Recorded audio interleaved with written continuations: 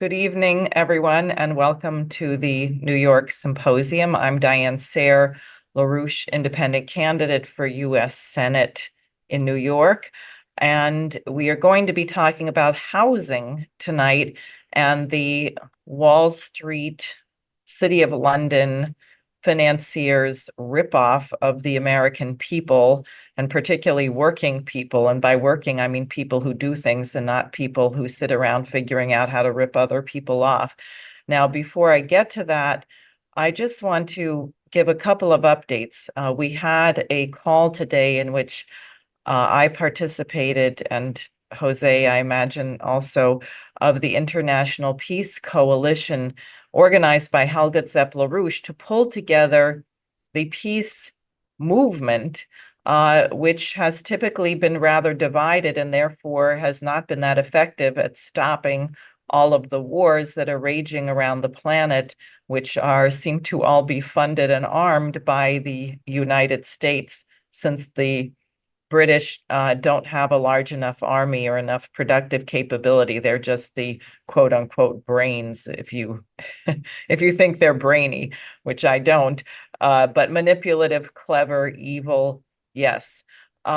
So we are very, very close to a major extended war, potentially a nuclear war, whether it will be a flashpoint between Ukraine, Russia, a war of NATO against Russia with the Ukrainian situation, or a war between the US and Russia with Iran, which Bibi Netanyahu is doing his very best to provoke so that there can be a wider war in the region. And unfortunately, as many people have observed, we don't have sane leadership in the United States. In fact, no one really knows who's running the United States. We know that Biden was made to step aside, I think, for good reason. I think it's been obvious that he's not doing well cognitively for some time. So he's no longer the candidate. We're going to have a Democratic presidential candidate that no one voted for in any primary. But he's still supposedly running the country. So you know that he's not running the country, and no one really knows who is, except we know that they keep sending weapons into every conflict, and it's really extremely dangerous. Now, there also is a crackdown because Ukraine is losing the war. That's going to become obvious. And because no matter what the media says, the majority of the American people don't support the genocide occurring in Gaza right now. So they are silencing opposition. And I'm just going to bring up a handful of cases that have all erupted in the last few weeks. And it has nothing to do with whether you agree or disagree with these people, but whether they may not be totally in alignment with whatever it is that's being rammed down our throats right now. So we had July 13th, an attempted assassination of presidential candidate Donald Trump. All of the circumstances surrounding that are very peculiar, and a lot of questions remain to be answered.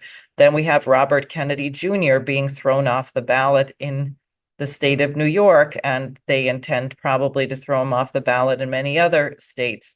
Then we have Tulsi Gabbard being put on a terrorist watch list.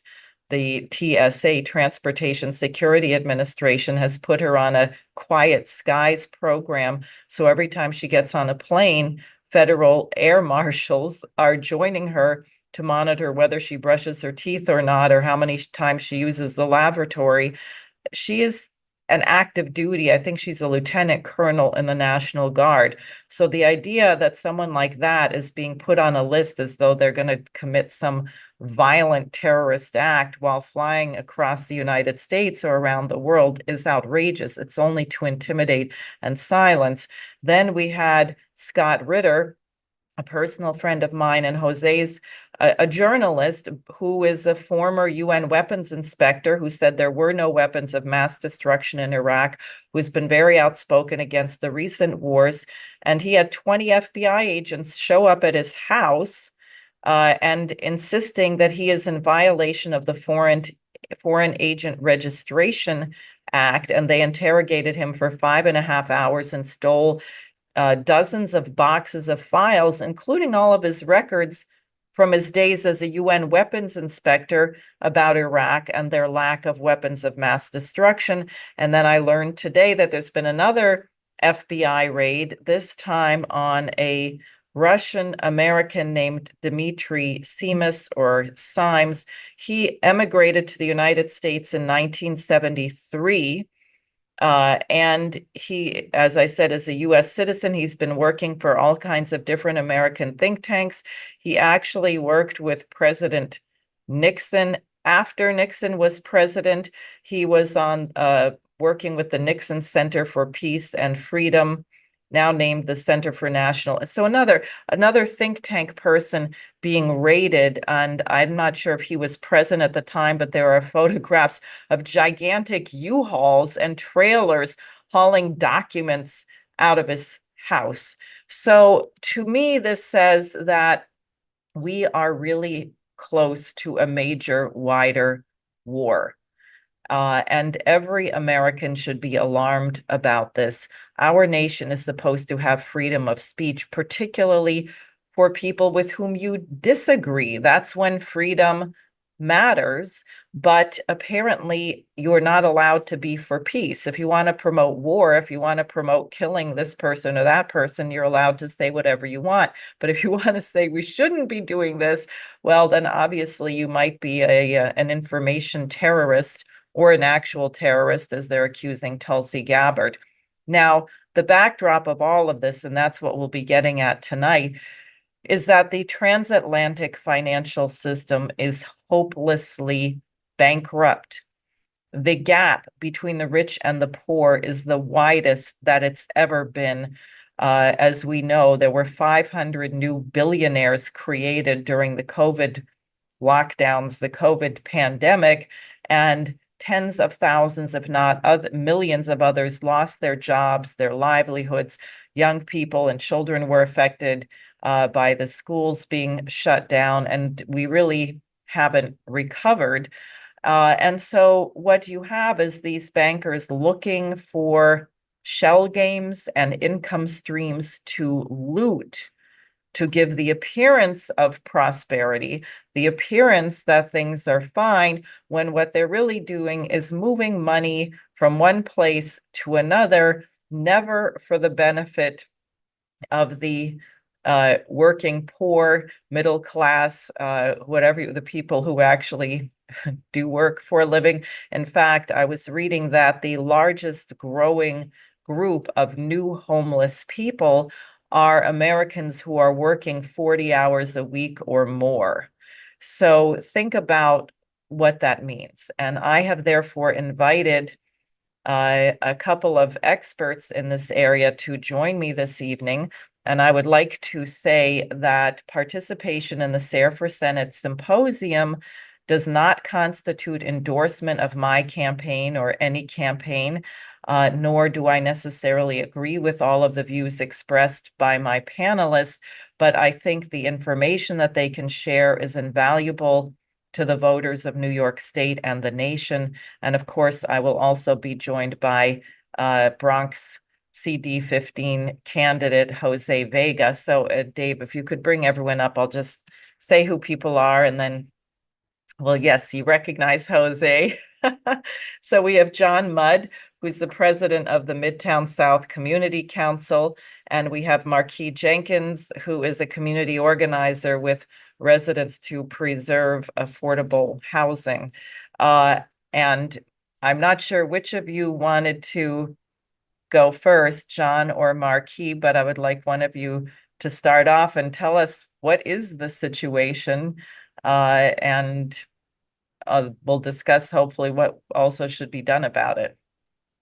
Sure. Okay.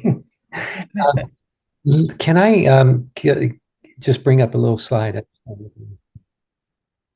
And um,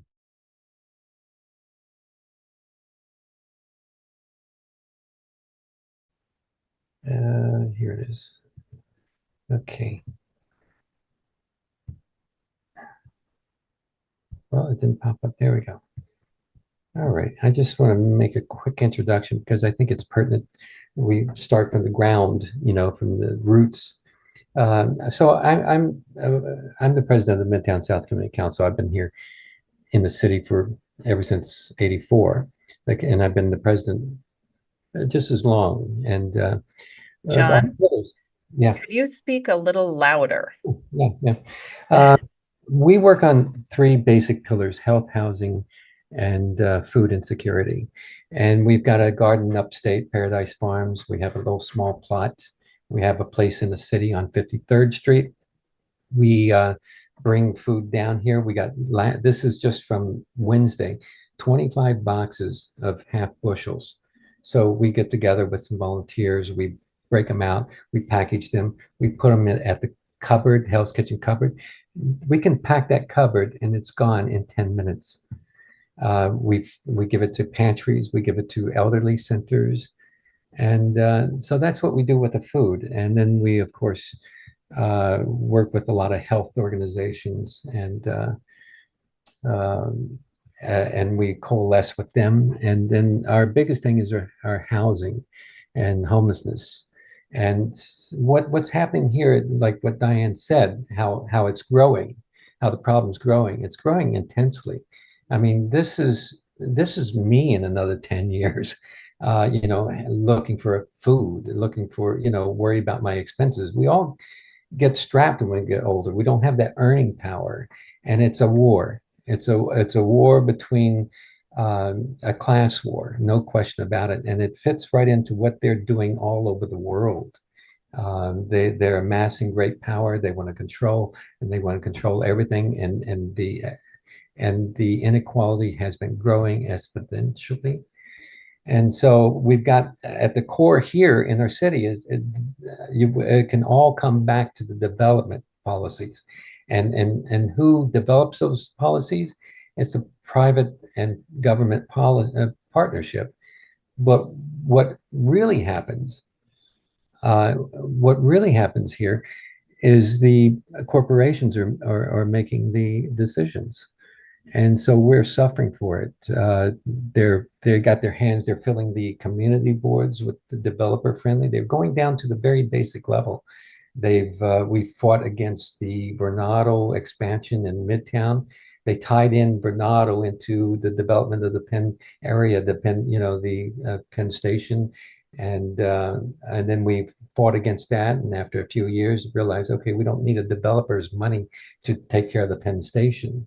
And they're always dangling that carrot. You need them to fix NYCHA. You need them to fix our infrastructure. You need them to take care of us. But they're existential crisis. And with that, I'll turn it over to Marquis.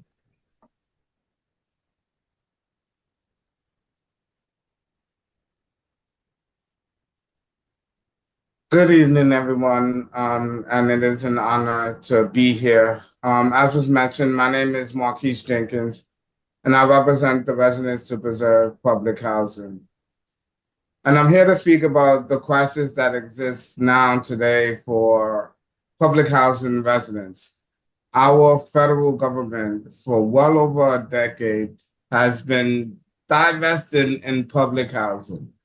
And that divestment has led to severe conditions in public housing. Just to zoom in here in New York City, which has the largest public housing authority in the country, we have 173,000 families, which total to roughly about 400,000 individuals that's on the record, and probably about another 200,000 that are not on the lease. And what we saw, particularly during COVID-19, was when compared to the rest of the city, we saw public housing residents get impacted by COVID-19 twice as hard. That means twice as many people contracted COVID-19 in public housing, and twice as many deaths linked to COVID-19 symptoms. The problems that exist in public housing did not come from COVID-19. COVID-19 exposed it.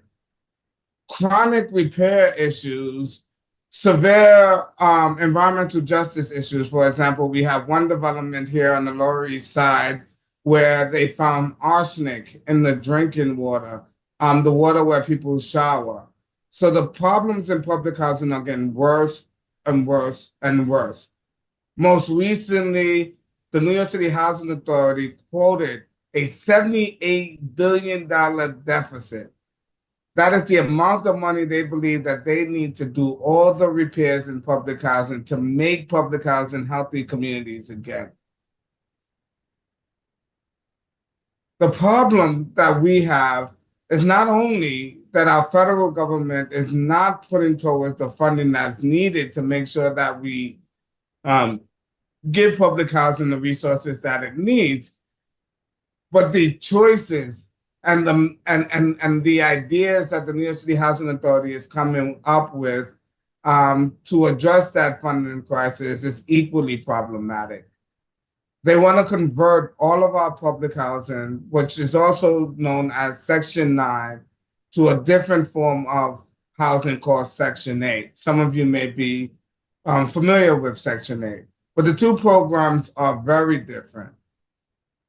I won't go into details about how different they are, but the other concerns that we have is that in addition to converting these units from Section 9 to Section 8, they are also taking out loans from banks.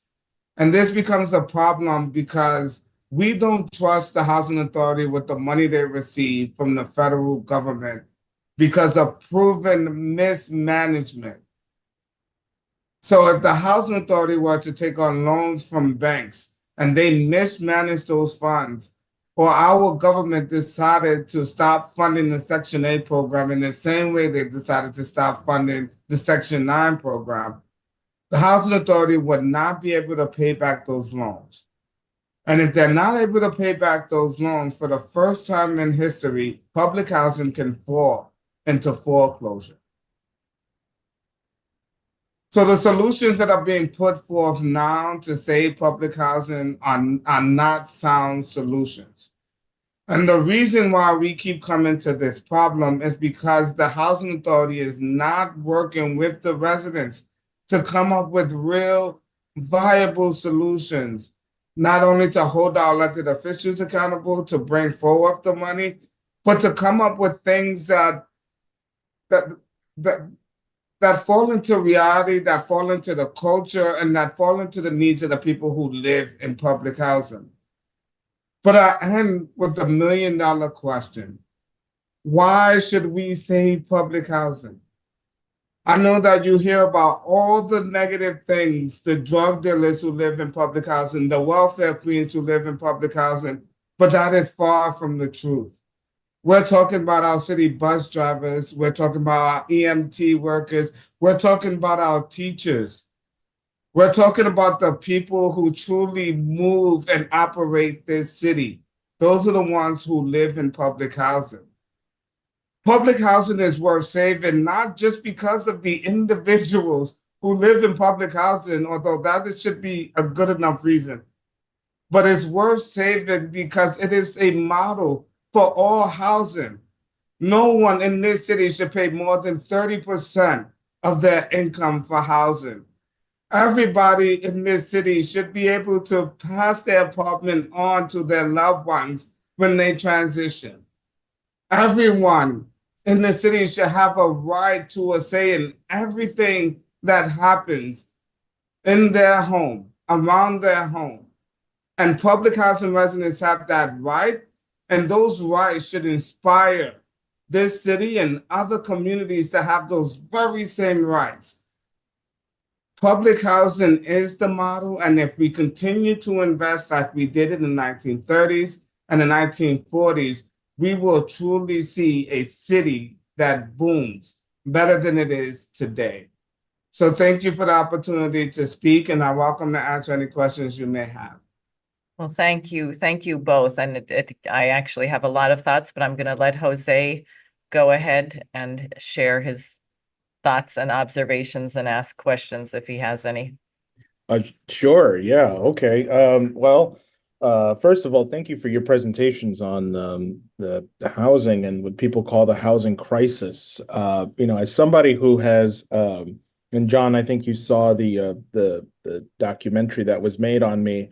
Um, and just for people who may not know, when I was 19 years old, turning 20 years old, I had lived in an apartment in Morris Heights in a basement apartment, which I found out are illegal, by the way. I didn't know that. I think this was something that was put in by Bill de Blasio or even before him, where basement apartments are illegal, but there's also not an enforcement of that being done. Landlords get away with all kinds of tricky ways to declare a clearly basement apartment not a basement apartment. And one night I had sewage water just dripping out of my ceiling, and then it all just came crashing down. And I had called Housing and Preservation Development, what's called HPD. These are the people you're supposed to call when something happens in your home. And they said, "Oh my God, that's horrible. We'll be there in 2 to 3 weeks, maybe." And so what I did was I went to my councilman. His name was Councilman Fernando Cabrera, and his chief of staff was helpful in the beginning. They got HPD to come out the next day. Now that alone highlights some kind of like discrepancy, because it's like, well, wait a minute, why should I have to go to my elected official in order to get the services from the city to go from 2 weeks to the next day? I thought that that was just horrible, because then how many people are actually in touch with their elected official? And why should I not just have the ability to call the services they tell you to call, and then for somebody to show up immediately? That was horrible. And then the HPD lady came, and her name was Inspector Honeycutt. I remember her well. And she looked at the basement, and we had a lot of people there. We had people recording, and she was clearly very freaked out. She didn't want to talk to anybody. She sat in her car after she inspected it, and she's like, I think she called her manager. So yeah, right. She called like her supervisor, because she came out afterwards and she said, my supervisor says that the conditions here are not enough to get you to move out on an emergency basis or something and provide you with temporary shelter. And there was like sewage water everywhere. There were like dead rats, and it was just horrible everywhere. And we said, really? And I kept asking her, would you let your family live here? And she couldn't look me in the eyes as she did that. And I remember I went to my councilman um and my councilman was saying all kinds of things like, "Oh man, you're great. You're going to be the next mayor. You care so much about the city." Um, and his chief of staff, I got a lawyer pro bono, and I had found out that there was mold, like black mold, in the apartment as well. And so, the lawyer that I got pro bono was saying that, man, we can really take these people to court. You can really have like a good day in court. And so I had relayed this to my councilman's chief of staff, Greg Faulkner, and he just told me, "Yeah, you don't want to sue landlords. It's too much of a headache, and your name gets put on a list, and no one will ever want to rent to your mother again, because it was my mother's name on the lease." And I had found out that he actually called my mother that night to tell her not to go through with the plans to sue, because otherwise she'll never be allowed to rent an apartment again in New York City, because her name will go on some blacklist or something of people who sue their landlords. And then the next day I went back to that apartment, and it turns out they changed the locks on me without giving me any kind of notice. So you need 2 weeks notice at least if you're changing the locks. And I called the police, but because my mother didn't want to, I put my mom on the phone, and she said, "No, no, we're not pursuing this anymore." The police just dropped it. And I couldn't even declare squatters' rights, because the cops weren't, they were like, "Well, we don't, well, you're out here now. So, figure it out." And I was like, "But my stuff's in there. I've lived there for 2 years now." And they just said, "Yeah, no, sorry, kid."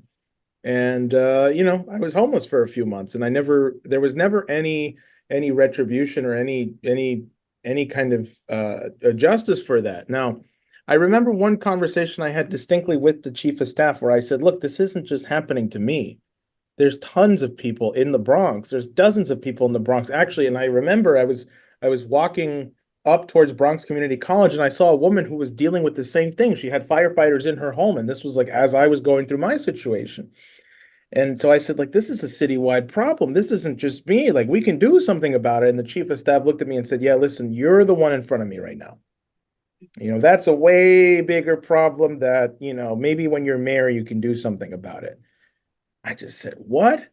And his other advice to me was that actually wait for the landlord to refurbish that apartment and then just sublease it out, and that I can only make like $50 to $100 on top of that. And I was just absolutely disgusted. Like, you're serious? You want me to just sublease this apartment when the landlord doesn't?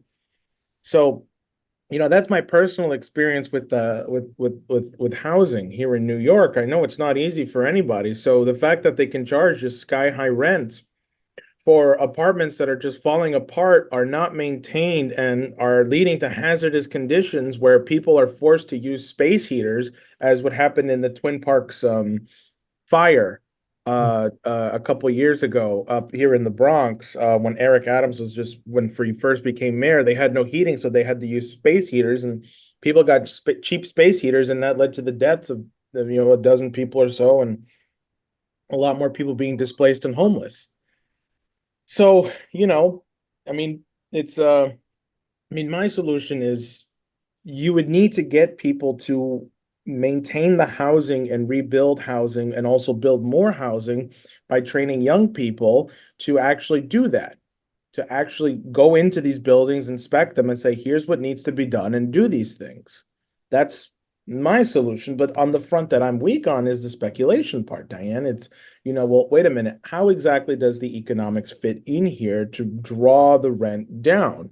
Here's a question. Would you say it's too late at this point to try and draw the prices down on rent, given the fact that the market and the people who are already the market that it's attracting are people who are already wealthy and can afford to pay these sky high prices? What incentive do they have to drive the prices down? Well, I'll say something and then these two guests may have some ideas. And I also want to, the obvious things that are coming up in this are the relationship between housing and health, right? That's a really obvious one. When I was up at the Niagara County Fair, I was blown away by the poverty. And they told me that their county is #1 in drug overdose deaths, and that the two biggest issues for people recovering, getting clean and recovering from drug addiction, are housing and transportation, and they don't have any. And what is the cost? People say, oh, it's so expensive. It's such a waste of money to help people with housing. Well, you know how much it's costing society to have people dying of drug overdose deaths, committing crimes related to that. Society's completely disintegrating. The medical issues, treating them in emergency rooms in the hospitals, it would actually be much less costly to make sure that people were decently housed. But I think, look, the taxes are very high, and you have bizarre inequities, like Madison Square Gardens pays no no tax to the city of New York. I think Yankee Stadium is the same thing. I don't know how many millions of dollars come through these places, drug money laundering and all kinds of things that go on through there. But other people, owners of property, I have a friend who's lived in a brownstone in the West Village for many years, and his property taxes are massive, absolutely huge. And then they say, well, how can we have rent control, because the rents that I was asking will not cover the property taxes? And that's why I'm saying you have to put the whole system through bankruptcy reorganization. The entire system is unjust. And if you don't address that and just suck the hot air out of this thing, because what people are paying for is they're paying for a bunch of bailouts, which began really when the dollar was decoupled from gold, but even more so in 2008. So we have this gigantic bubble with nothing to hold it up. And therefore, they're just making everyone who they can get away with looting pay for it. But there is no need for this. The purchasing power of the dollar needs to be much stronger. But I think that is a whole economic policy shift. But John, it looks like you go ahead, because I'm sure you have some ideas about this. Yeah, and I can hand this off to Marquis very easily too. The smaller property owners, they don't care about. The land is very valuable. Okay, that's what they want NYCHA for, and they want to eventually wash people out of the system. You got small property owners; they don't care if they can't make the rent roll because it dilapidates, and also the landlords of those buildings, if they have a few buildings, what they can do is they can drive people out and they can sell the property, or they can drive people out and get higher market rates. They're constantly looking to decontrol these buildings. So with a landlord with several buildings, even some of these small landlords can have a pretty decent sized portfolio.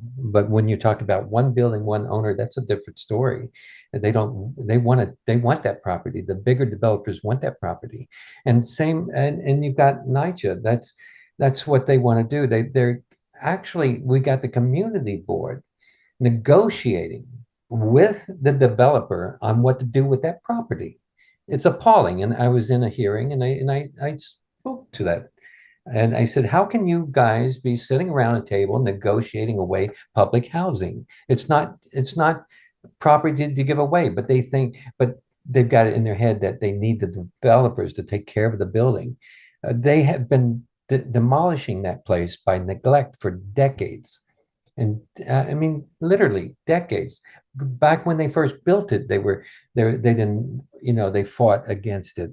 And then ever since, they haven't really funded. I mean, we're the worst landlord there is. New York City is the worst landlord.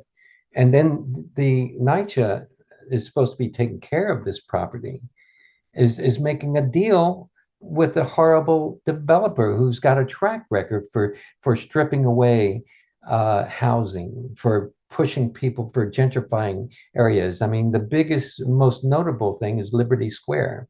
Related is now they're looking to do a casino on the west side. And they apparently made a deal for some commercial with 3,500 affordable, they say affordable housing, but affordable to who? And now they come back and they want a casino and they want to strip away the housing. So I had an opportunity to speak there, and the lobbyist contacted me and wants to speak to our group. And what they're looking to do is co-op as many organizations, and they want that property. The property is what's very valuable. And Marquis can speak to the efforts about downsizing and pushing everybody into maybe 3 buildings, I think it was. Marquis, why don't you take it away? Yeah, thank you. And I mean, it also makes me think about your question, Jose. It's like, how do we drive the prices down? And while I can't give you an adequate answer to that, I can tell you that the extreme opposite will happen if you get rid of public housing. All right. A quick little story. I live on the Lower East Side, right next to Delancey Street. And I remember when they put up this hideous blue building right there on Delancey Street, and I believe Madonna moved into that building.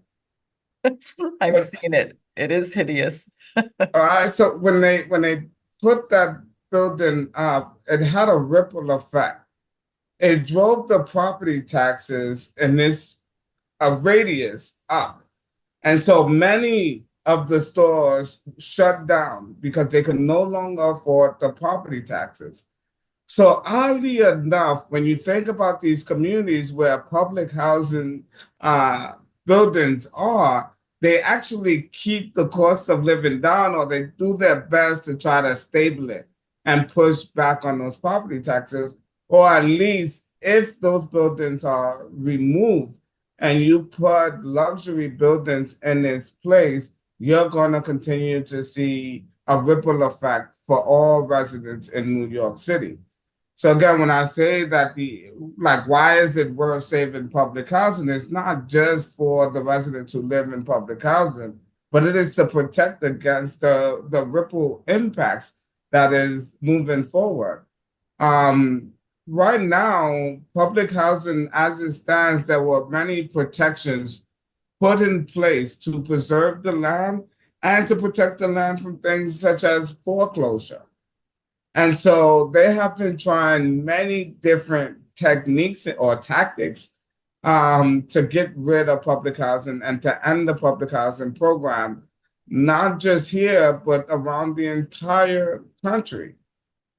And as John mentioned, the very reason, going back to the very conception of public housing, was that public housing competed with the private sector.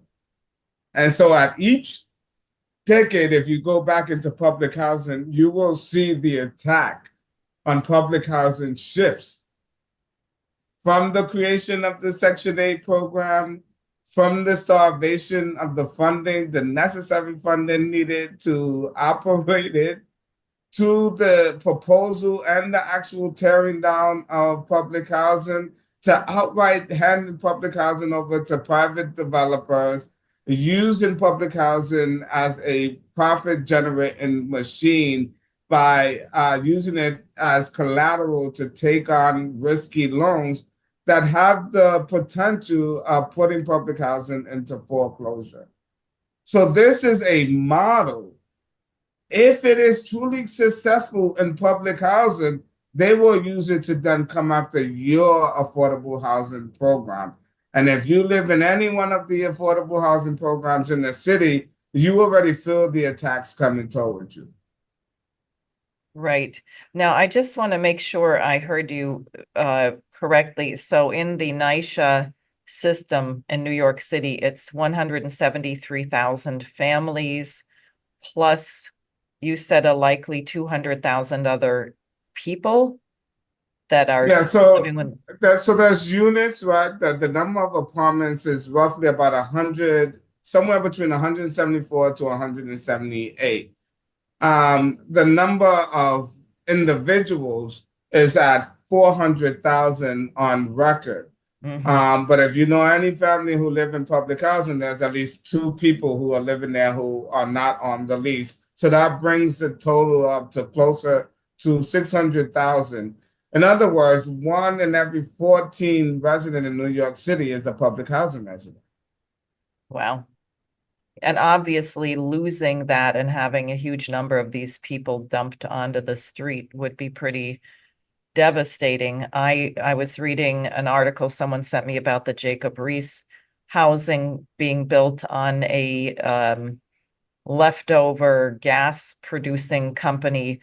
And it's been decades, I think, that they said they were going to clean this up, move the contaminated dirt out of there.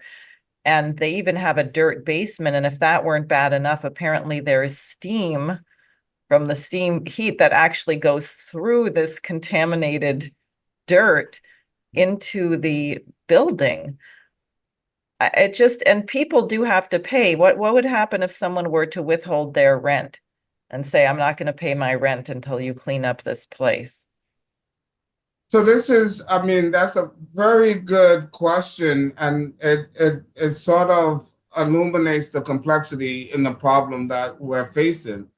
The more we say that public housing is sort of falling apart, is crumbling, the more it helps the argument, so to speak, to why we need to find a different alternative source of funding, like crossing over the Section 8 or taking out loans from the banks, or worse, demolishing public housing and replacing it with something that is more suitable.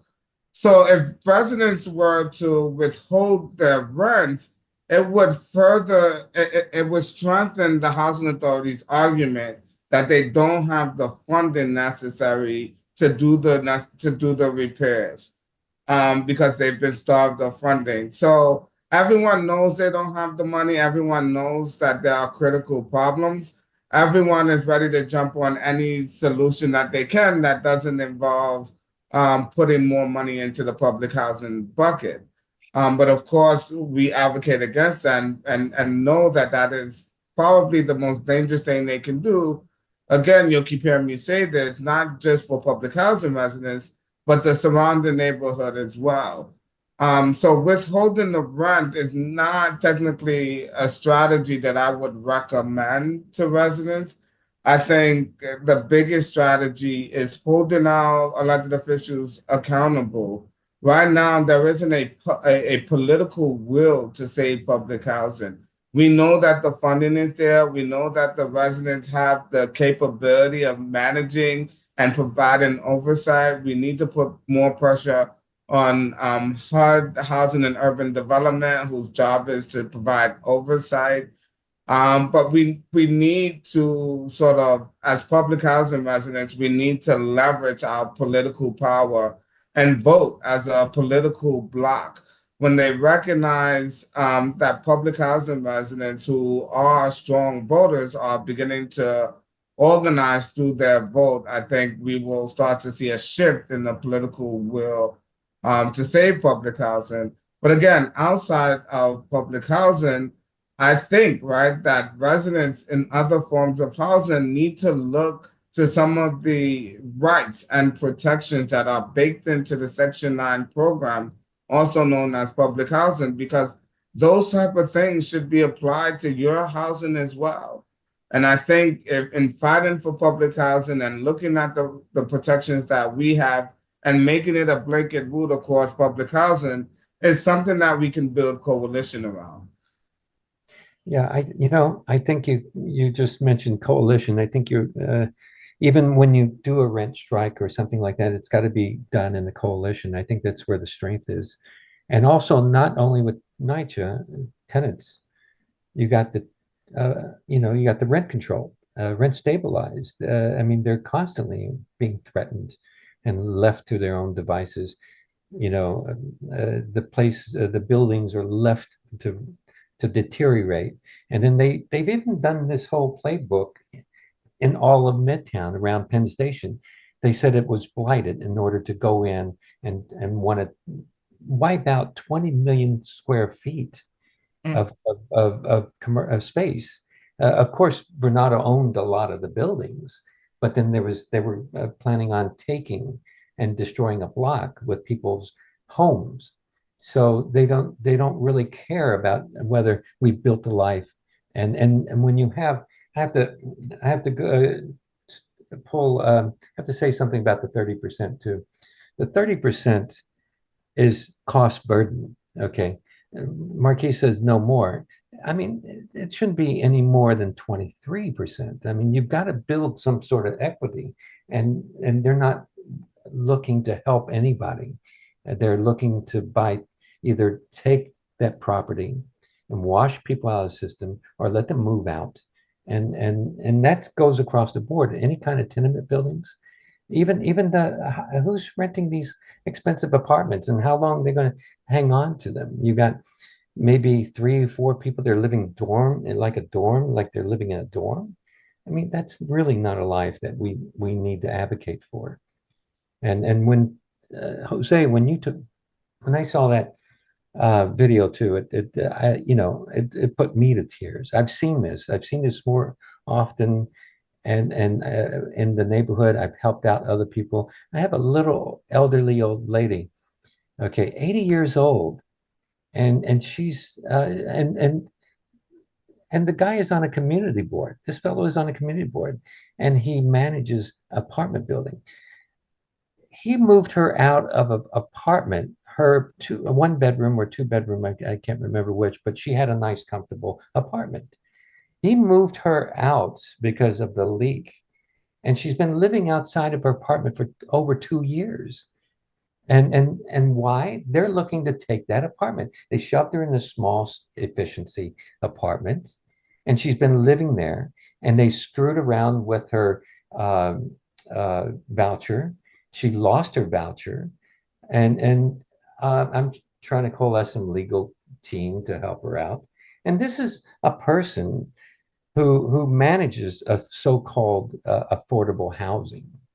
They all work the same way. All these landlords, whether they're small tenant landlords or NYCHA, it's something we have to.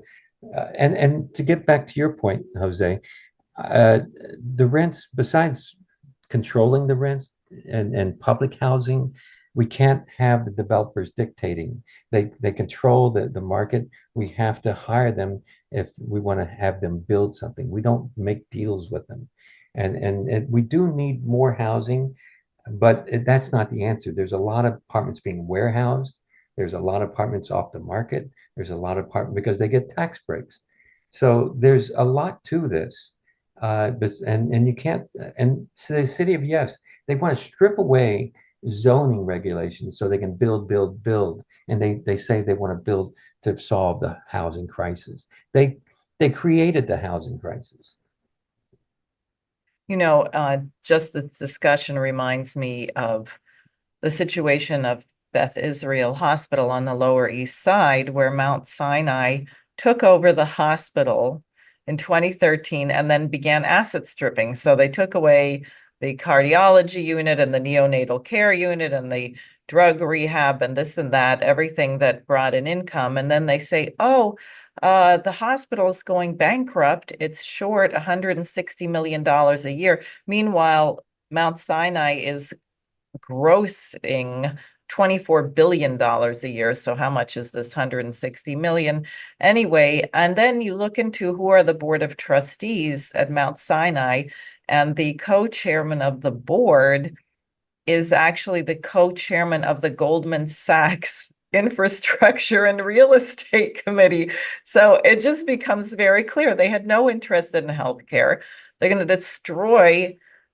I mean, this was an almost 799 bed hospital, which is going to be not there for a neighborhood of people.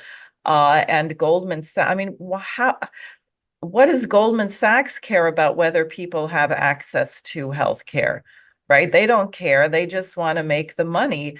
And it really sounds like the same thing. Now, I have a question for you, and maybe you don't want to say because it's so precarious. They're trying to get rid of the NYCHA buildings anyway, but I was asking someone whether they think these buildings should be repaired, or if you had a just system where you could reliably ensure that everyone living there was returned to the new structures, whether we should raise them and start over. And the other thing I just want to say is you think about the fact that we sent $95 billion in one fell swoop of weapons to Ukraine, Israel, and Taiwan. That's more than enough to repair all of the public housing units, according to their own figures, for 600,000 New Yorkers. So it's really arbitrary. And what you see is, frankly, when it comes down to it, has nothing to do with the money whatsoever. It has to do with a policy outlook, which is, people who take some kind of perverse pleasure in causing the suffering of people who they perceive to be weaker than they are, either because of their income or their medical status or something else. So what do you think? Yeah, it's the same playbook that they're not only using for medical and privatizing healthcare, privatizing education, and now privatizing public housing. As far as like what's the best approach for do we demolish versus can we rehab? Right, that is up for the residents at that development to decide. That is up for the physical needs assessment, a true independent physical needs assessment to decide.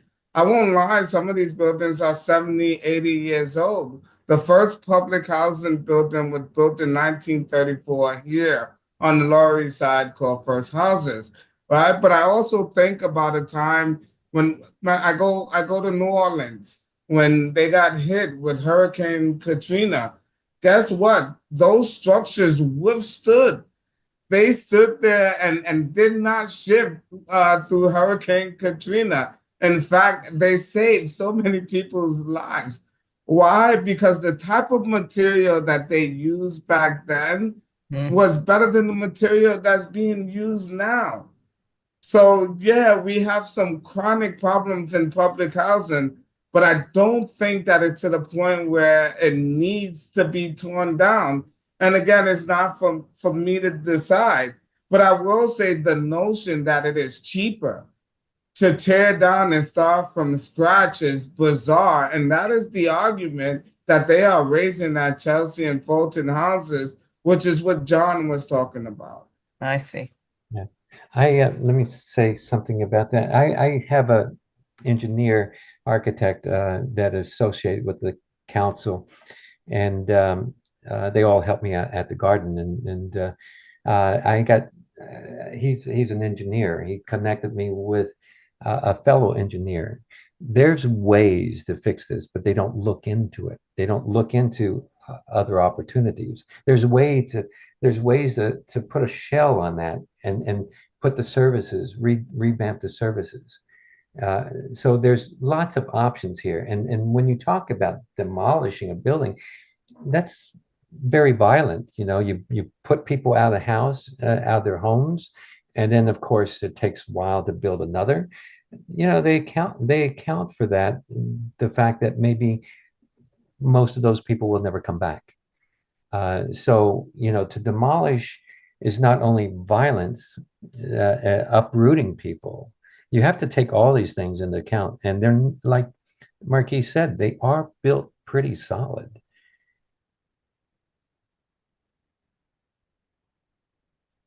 Jose, any thoughts?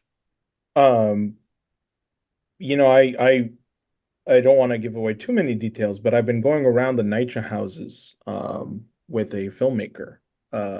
And hopefully that'll be published within the next month or so. And we went to the top floor and we were looking for people to interview and talk to. And we went to the top floor of this one NYCHA building. We went to the top. First door we knock on, this woman, she answers the door. Hello, I tell her I'm a congressional candidate. This guy's a documentary filmmaker. Can you tell us what you've been going through? And she closed the door and then she like unhooked the thing. She stepped outside, closed the door behind her, and she said, "Where do I begin?" And now here's the thing. I am a supporter of public housing.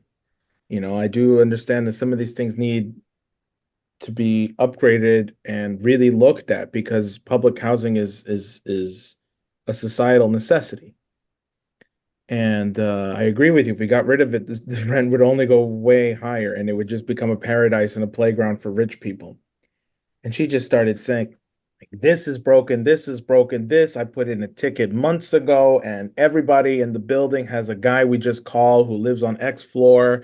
And that guy is the guy we call and we pay him something, and he always never wants to take it, but we pay him anyway. He fixes our plumbing, he fixes our sink, he does this, he fixes the holes in the wall, you know. He makes sure that and this guy's not paid by the city to do it. It's just this kind of community that comes together in this building to put it together. And, you know, just wondering, like, why is there not more love put into these public housing? You know, what is holding people back from starting a jobs program where you say, hey, we need to employ 10,000 more people to do maintenance work. Come and get training. We'll teach you how to maintain apartments and heat and whatever else. You get these skills and you work with NYCHA and you get a good job. I don't know what if it's the case that they're understaffed. That sounds like it's something that can be fixed if you just employ and train people. Is it the It's institution? Jose, it's a win-win situation. Here's why it's a win-win situation. One, there is a right. There's a thing called the 964 Rules and Regulations, which governs resident participation. Something in there called Section 3. It's a requirement that anytime you spend $100 in public housing, you must hire public housing residents.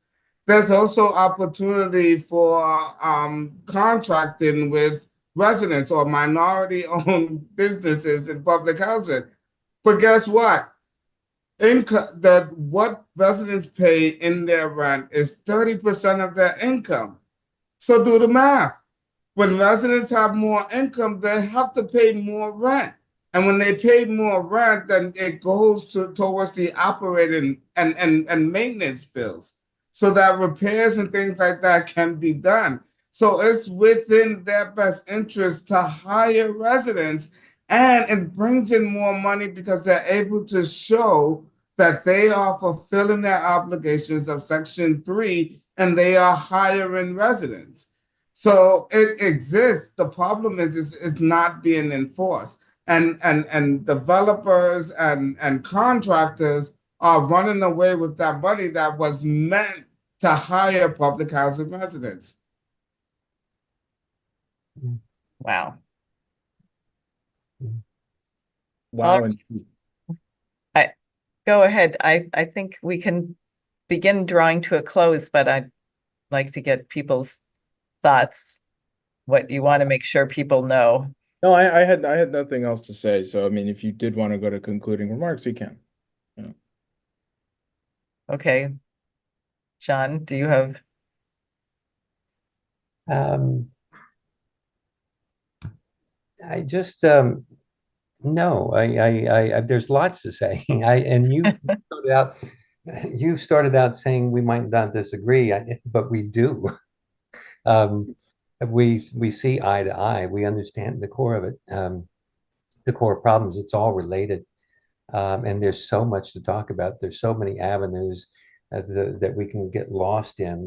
Between the rent stabilize, between NYCHA, between the development. It ties in. If we can all understand the through line, the healthcare, like what we brought up. It's important, and we've got this event coming September 25th.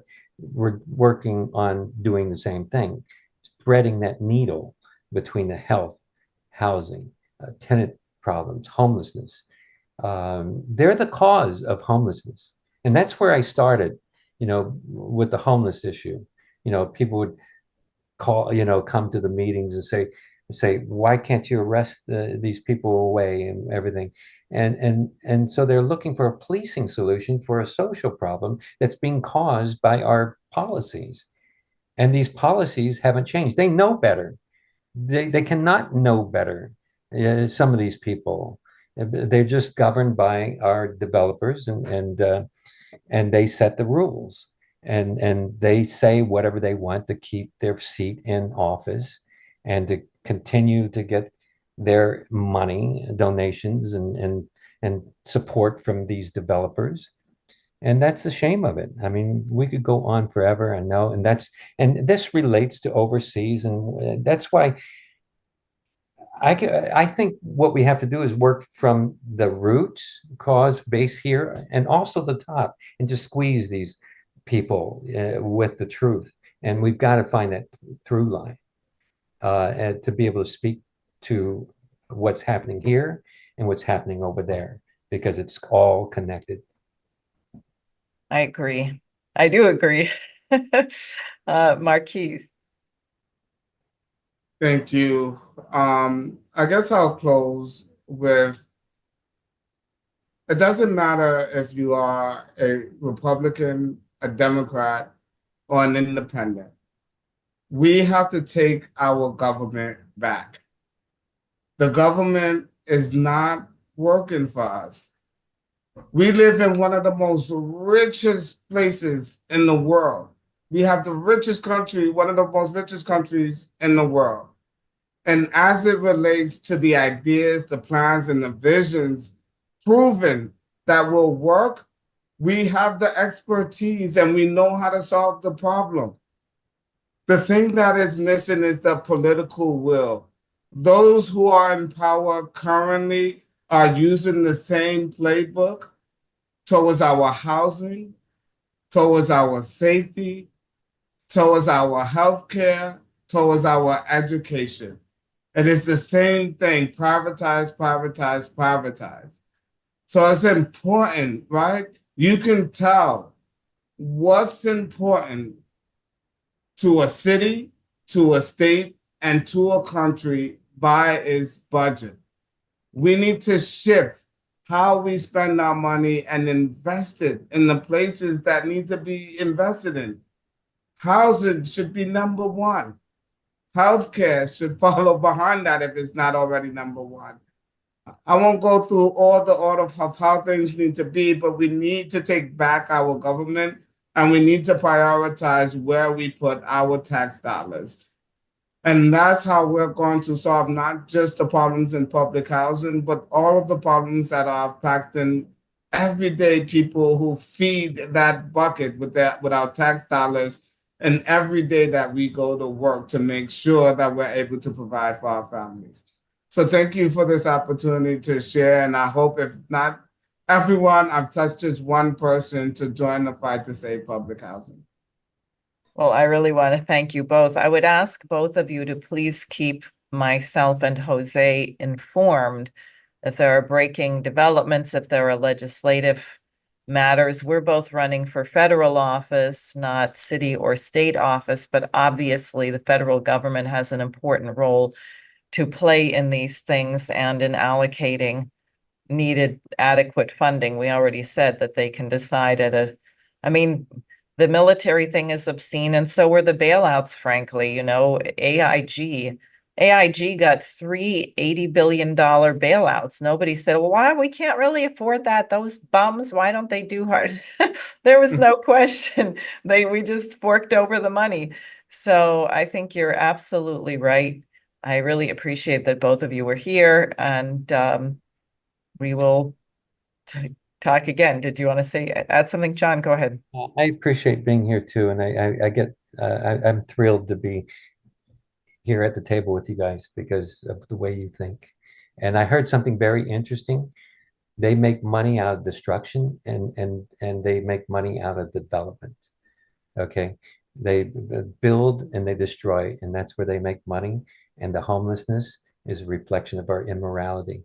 And I appreciate being here. And I urge that we all coalesce, is find those intersections and and think of each other. And I think that's what you guys do.